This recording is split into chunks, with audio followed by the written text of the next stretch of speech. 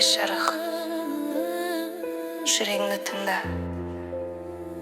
Бақыт бұл айқай емес. Бақыт бұл ішкі тыныштық.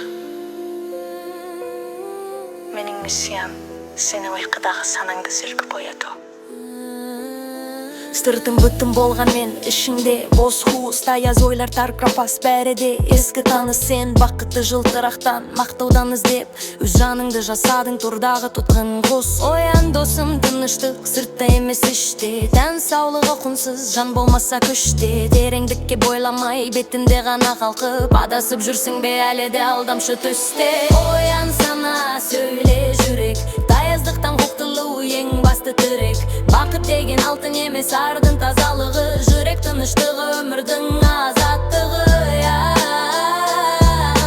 Көзіңді аш, ақиқатты көр, бос күлкінің соңында күтіп тұр тек қана көр.